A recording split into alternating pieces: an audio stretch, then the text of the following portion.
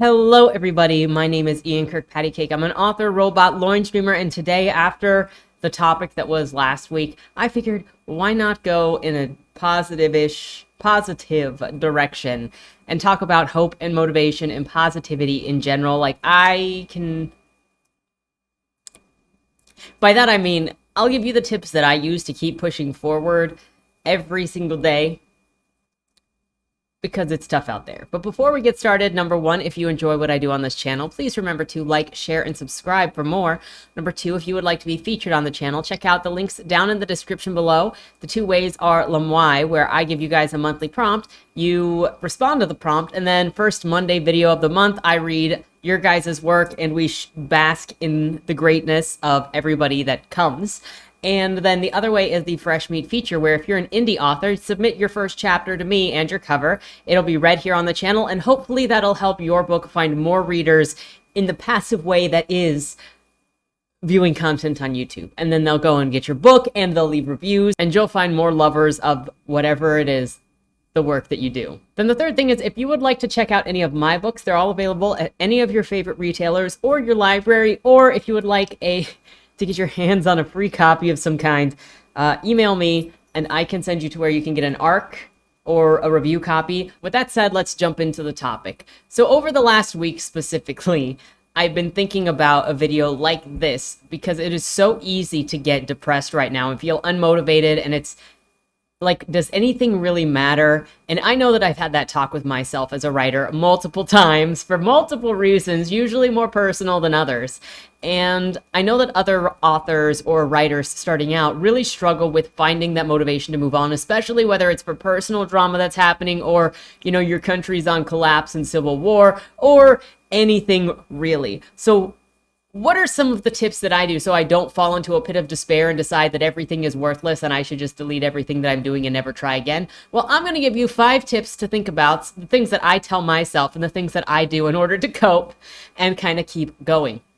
And this doesn't mean that you're not going to feel sad or lulls or upset, because I still feel that often. That's why I have to continue to tell myself certain things. However, if you're falling into that pit and you're not sure if you should continue, possibly keeping these things in mind will help pull you forward and get you out of that pit and help you hopefully find more joy and more hope and more value in your future and in yourself. So tip number 1 is find some small victories every month.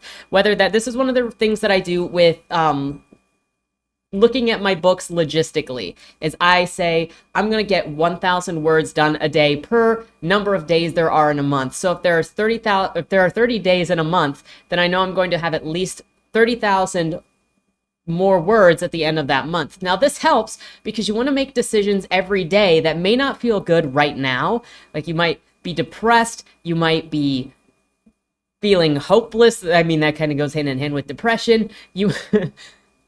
You might be tired, you might be craving something, because this doesn't just apply to writing, but you might be craving eating something. But make decisions today that may be difficult, but in 30 days you'll be saying, I'm glad that I did that. So 30 days from now, right now I might not feel like writing, and I may not write every day, but I'm going to make sure that by the end of 30 days, if I missed a day, I'm going to catch up on another day, so I have approximately 30,000 words or more by the end of the month. Now this doesn't always work, but I haven't had a day that's less than it's short of 25,000, I think, in a while. Because even when I skip days, because my months are like, I still get work done. I still get quite a bit of work done, and I don't have to feel as bad.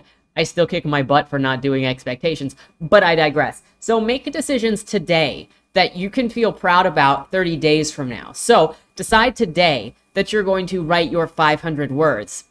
You can even set yourself 2 goals, which is what I do. I've got my bottom goal, which is my 1,000 words a month. And then I've got my upper level, my gold star goal, which is like the 2,000 words a day for the month. So that's either a 30,000 by the end of the month or a 60,000 by the end of the month. And anything over that is gravy. I don't have to stop if I still feel like doing it, if I still feel like writing. But I actually have logistical goals. And you could do that too, whether it's with time counts or a number logistics, depending on how fast you write or how consistently you write. Do what works for you, but make daily goals that you can be consistent with so that you can make decisions on the daily. And while it might feel like you're just, shoveling into this never ending heap for the whole month, if you make that decision every single day or the majority of days, by the time you get to the 30th day and you look back, you can say, I'm glad I did that. It can be used when you're trying to break an eating cycle because, maybe you're depressed and you're emotional eating like some of us do, and you're trying to break that cycle. And so you say, today I'm going to decide not to do this thing. Today I'm going to decide to fast. And it might be very difficult at the time because your body is craving something, but try to think of the decisions that you're making from the future example of looking back to see the results and say, I'm glad I did that and waited to get the results, than making a decision in the moment that then gives you immediate gratification.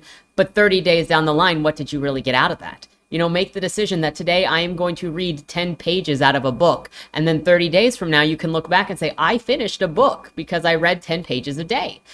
And by taking these small victories, you can feel, and it's not untrue, but you can actually start to feel that you are making a difference and that everything that you're doing is not hopeless because you can see the results in the end. And we also have to recognize by doing this, you allow yourself to understand that you may not see the benefits immediately. And I think a lot of people focus so much on getting immediate gratification or seeing the immediate benefit of doing something. And when it doesn't happen, they get really depressed. As opposed to if you tell yourself from the beginning that you're going to have to delay gratification, and then you get to the end and you review your month and you see what you've actually accomplished, then you feel that gratification of that finish line that you kind of wanted back at the time of the day when you were doing it, but you were never going to get it that quickly.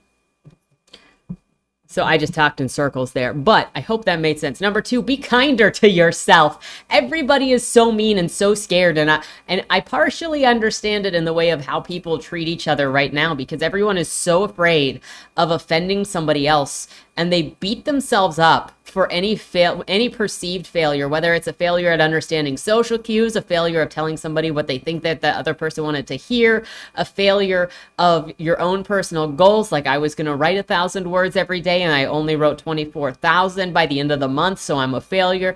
Be kinder to yourself, because everybody is so prepared to tear themselves down and call themselves the worst. And I am also a member of this tribe, okay? When I am insanely depressed and when I'm at the worst of my depression, I usually insult myself more and I compliment other people more because I know how bad I feel about myself. And it's kind of just pathological because I don't want other people to feel poorly about themselves because I know how terrible I feel about myself right now.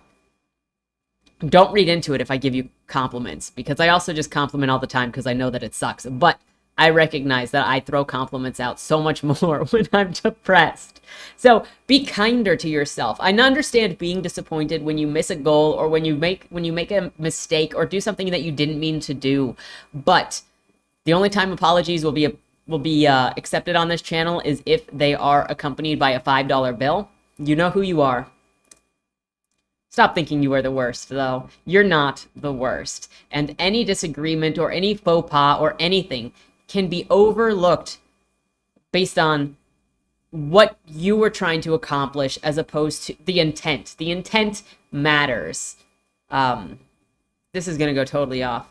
Just be kinder to yourself. Stop beating yourself up for any failure. You're only going to make your whole feel worse and your life feel more worthless the more you shit talk yourself, especially if you never compliment yourself. So also in doing that, compliment yourself when you deserve it, especially, oh, you got your words in today? Congratulations. Oh, you read some pages today? Congratulations. Oh, you practiced the language today? Congratulations. Oh, you left your house and took a shower today? Congratulations. Not in that order, though. Which leads me into number 3, ease off the negativity. So there's so much right now in current discourse that is all about building up the negative and jumping on people for anything, building personal brand or personal value based on identifying an enemy, smack talking the enemy, using another human being as a punching bag for jokes, for cheap jokes, so you can bolster your own profile. And I genuinely think that it's not good for the soul.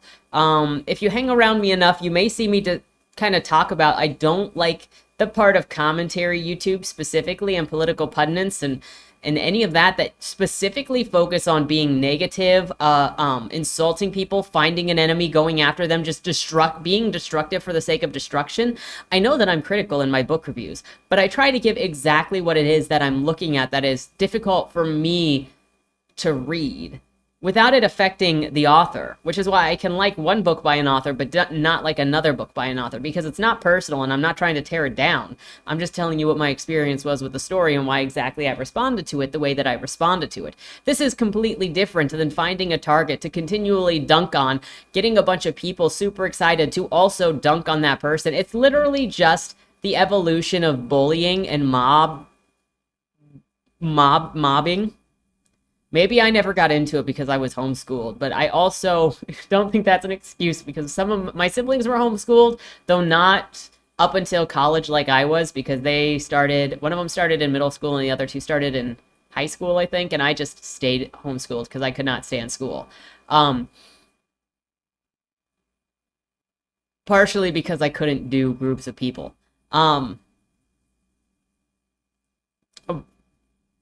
But the internet, specifically social media and YouTube, has very much encouraged this idea of finding people to dunk on and dunking on them for any small thing, or even just assuming people's opinions in order to dunk on them and make an enemy of them so that everybody can go, "Oh, owned, loser!" And I think it's detrimental to the soul. I think it actually hurts you as a person, and it makes you less compassionate and less willing to listen because you're always looking for that thing for the other person to say. Doesn't matter what other person, any other person, so that you can dunk on them and raise your profile, because all that person is worth to you is what you can gain for your social status. And truth be told, observing this for a couple of years is something that inspired or influenced the ghosts in Bleed More, Body More. So if you ever read Bleed More, Body More, and you look at the way that the ghosts interact with the world, or I say something like, these people are doing this because they're already dead, you'll be in on the joke. That's why it's the rot of the soul. So please, and I don't say that frivolously, because I think the more you focus on negativity and the more you focus on seeing the worst in other people, the more it actually rots your soul, and it makes you more prone to seeing the worst in people instead of giving them the chance to be human. Like, you only start seeing that person as whatever flaws you can assign to them. And then you start having less grace. You start having less compassion. You start seeing other people who you perceive as evil or wrong or different as somebody that you need to destroy. It's funny because this also, like, this is at a much smaller extent, but my character Blake has blue hair and a pink streak. And if I put her on more stereotypically like right-wing websites, she gets judged as like a far leftist because of the color of her hair. However, she's very much like an early 2000s liberal, where she just hates that she's just anti-government. She's anti-machine, really. And a lot of the people that hate her judge her on her opinion and assume what she's like before getting to know her and before realizing they probably agree with the way that she thinks. And this is just a symptom of that dunking culture, where you have to decide who is and who isn't on your side so you can show your tribe you sacrificing someone up that is a perceived enemy.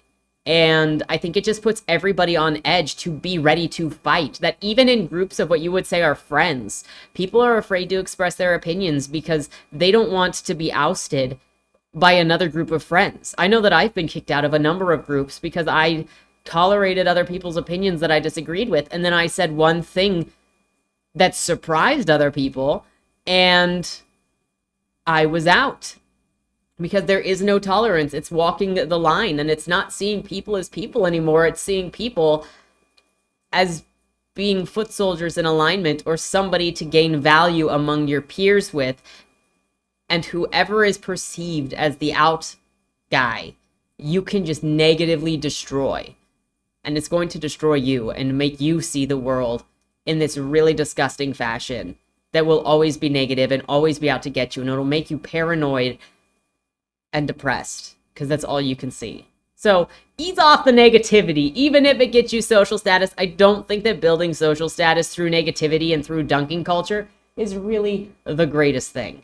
Point number 4, go outside. Go the frick outside. Look, I understand the value that there is on the internet because I think all of my friends, all of the people that I consider my best friends at this point, or most of them, I met online. There are a couple of exceptions. One of them I met at a writing conference a couple of years ago, but we've kept in touch mostly online because we're not in the same place. That said, there is value in going outside and getting away from the computer, especially away from the dunking culture and the social status and the matrix that is completely fake from the real world. Now, that's not to say the internet doesn't influence real life, because it does.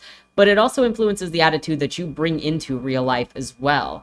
I work, not to mention health reasons. I work in a server closet 5 out of 7 days of the week, so there are no windows. Then I come home and I work in another room with no windows. I force myself almost every weekend to go for a walk downtown, because downtown we have this thing called the Saturday market, where it's just local artisans and local businesses fill out the streets. They block off the streets, and you can just walk up and down the street and see all these vendors and just people and stuff. And so every Saturday almost every Saturday at least, I try and I put Tate's harness on, and then we go for a walk, and we just walk down the street, and we have about a 30-minute walk in the sun. And sometimes it's for health reasons. Like yesterday, I was really sick. I was not feeling great all week. And knowing that I work in dark rooms, I'm like, I need to go and get some sun. So I forced myself to go and walk in the sun, even though I didn't feel great, because I needed that vitamin D and I needed that fresh air and I needed something. So go outside, find something to do, go to a park, which reminds me, there's a new park here that I need to go and see one of these weekends. And get away from the computer, the negativity, this feeling that you've got to please somebody or you're going to be ousted. And just go and be free and have a good time for a little while. Even if it's only like 30 minutes. I usually only go for 30 minutes a day, maybe, or 30 minutes per weekend, because I don't really hang out at those. Or worst case scenario, if I go with other people and they're taking longer, I bring a book and I just sit in the grass once I'm done walking. And I'm still getting fresh air and Tate's rolling in the grass. And yeah. And then finally, my 5th suggestion is find reasons every day to be grateful, or find something beautiful or stupid to just be excited about. It can be very difficult to find things to be grateful for when you're feeling you're low, but if you can find just like stupid little things to be excited about, it can be really, it can change, like, give you just something that you can look at and be like,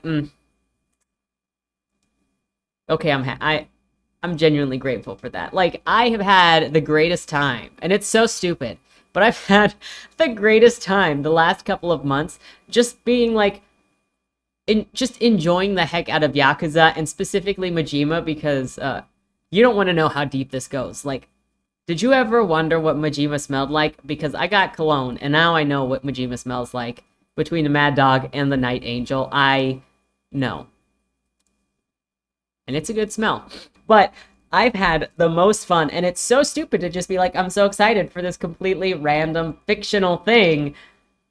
But it's just a random thing to have a nice thing in your day that can uplift your spirit and give you somewhere else to focus on. So there's nothing to stop you from finding stupid little things to enjoy. And I think even it's more important than ever to find stupid little things that you enjoy, because so much entertainment now is made out of spite and malice and anger. And I'm not just talking about commentary channels on YouTube, but I'm talking about, like, when you go onto social media and you see people like the showrunners and writers for The Witcher, or for She-Hulk, or for Lord of the Rings, or these people that are trying to take over these legacy intellectual properties and legacy storylines, and the writers come out and say how much they hate the fan base or they hate the story, and they're totally fine with just dragging it all in the mud because they hate it all. So much content right now is made out of either self-fulfillment fantasies of somebody, living out their YA, whatever you want to call it, or out of malice by people who now have the money and the position to take beloved properties and just destroy them. And I don't understand why so much is done out of malice. But if you can find things that you adore, or not necessarily adore, but things that you just enjoy and you can enjoy for you or be grateful for or just find minor amounts of enjoyment out of. Who cares if you get laughed at? Because those people don't matter. You can laugh at me all you want for my fixation. I don't care. I'm the one that knows what he smells like. I was going to leave this at 5, but I remembered one that I forgot. One thing I wanted to say that I forgot to put in my list, and that is number 6, find hope without a cause. And I want to bring this one up specifically because a friend of mine is reading an old book of poetry. And then he brought up hope without cause because it was mentioned in the poetry book that he was reading. And how finding hope without cause was how this person who was writing the books just before a war was able to stay positive. And I think that a lot of people put their hope in tomorrow is going to be better because of XYZ cause. But then that means that you have to progress the cause forward. And if it feels like you're going backwards, then you lose hope because your hope in the future is tied to this thing that somehow constantly has to be making moves forward. But I think if you find hope without a cause, it becomes finding hope in a personal sense, something that is tied to you and to your loved ones or to people around you. And this specific phrase, I think, means a lot to me because after my friend said it, I was thinking about my stories, and all of my stories at the moment, at least the novels, end in hope. Most of them are kind of very dark stories. I mean, you've got Dead End Drive, which is about a bunch of very malicious, psychopathic people who are totally okay with killing each other in order to bolster their own profiles and their own wealth forward. You've got, and they're even willing to abuse or murder a child who has no control over the situation whatsoever and doesn't even want the money, but they're okay with murdering him, even just so they don't have to deal with him. They don't really care about him. Some of them take a sadistic pleasure in wanting to make him scream. Then you've got Bleed More, Body More, which follows a girl who's lived through, a lifetime of abuse, has intense self-hatred issues because her father didn't see the value in her. So of course she grew up not seeing a value in herself. And it follows somebody dealing with that abuse and that grief and learning that even if she can't see value in herself, other people have seen value in her and they love her and they want to show her that she is loved and she's not alone. And by the end of the story, though she struggles through these books and these self-worth issues and the loneliness and the depression, she sees that there's value and she's willing to give those people a chance to show her otherwise. So there's still hope after all of this darkness, this lifetime of darkness for Joey. And there's still hope on the other side. Of course, boom, there's, he escapes the feds, he returns to his family in Ukraine and he makes up with his family. And then eventually when he meets Blake's stepfather, who's basically the father who raised her, Yana's going to get his approval to marry Blake at some point. But that's not, that story is just all cutesy. I don't think that's the word to say it, but it's sweet. And then even stuff as dark as Cain and Abel, which is a story of a man that was so lonely that he fell into his own delusions and couldn't see reality anymore, to the point that he started killing people and fell into necrophilia because he was lonely, but he couldn't see reality anymore. Even something as dark as that ends with the lost finding hope. Hope doesn't mean that you don't have the consequences. Hope doesn't mean that you ignore what it is that you did or what you went through, but it is finding that there is worth in yourself, in tomorrow, that you are loved, that just because all these things have happened to you, you're not short of redemption. You're not short of worth, even if sometimes you think it is. So find hope without cause, and that is find hope in the small things that have to do with you, with your family, with your love, with your value, with your friends. And let that guide you more than political or social or big picture things, because it is the small hope that you are loved, that you will survive, that you've got a family. All of these things will carry you through and make your day better. If you lose hope, then why would tomorrow ever look fine? And you're not, just because you have that hope doesn't necessarily mean that you are never going to feel low. Like I said, I feel low all the time and I have to remind myself of some of these things constantly. But it pulls me back out. And I think if you focus too much on the negative and you isolate and you make your whole thing about finding external finding your value externally, you're always going to fall short, and you're going to demonize yourself for not doing well enough, for your views not being high enough, for your numbers not being high enough, your value, your income not being high enough, your story not being done fast enough, your story being crappy in the first draft, too crappy to even be worth redoing. And I think you can end up in a downward spiral where all you're focused on is the destruction of others because you are torpedoing in self-destruction as well. And that's all you can see. And you're not letting anybody help you out, not even yourself. So, take care of yourself, everybody. It's really easy to get lost and stuck in a downward spiral and then just not listen to anybody, because why would you believe anybody, really? But yeah, I don't know, not really writing related, but yeah, I don't know why, but I thought that this video was fairly necessary, or at least timely. I don't really know, but I hope that it finds you and helps you have a better day. Maybe refocus yourself so that you can be more productive and more happy and more hopeful, even in the darkest of times. And with that said, thank you so much for watching. Have a great weekend, and don't die. Hello, boomers! My name is Yanananana. How are you feeling today? In case you didn't know, I'm a YouTuber from Nide, a small town in eastern Ukraine. My family has never really understood what I do in the woods, but all I've ever wanted is to make a better life for us all. Papa always comes home from the mines dirty, angry, and tired. It's a necessary evil to do your job and be in a place that you don't want to be. But I've never wanted to spend my life doing exactly what was necessary of me. Everything changed for me when a couple of Americans appeared at my door. They said they wanted to sponsor my channel and handed me military-grade explosives. Can you believe it? Military-grade. The lights will be incredible going forward. With this help, my videos will be next level. I just hope they are as they say, and this isn't some kind of trick. I mean, what would there be to gain? Boris says people are simple. Everything comes down to money and power. And Alex tells me ignorance will not save me from trouble. I understand where they are coming from, but I do not like to think that way. There is more to life than a cruel of superficial goods, hatred, and destruction. Anyway, I do not like where this video is going, so I will see you on the explosives field. Boom, boom, boom. Salute.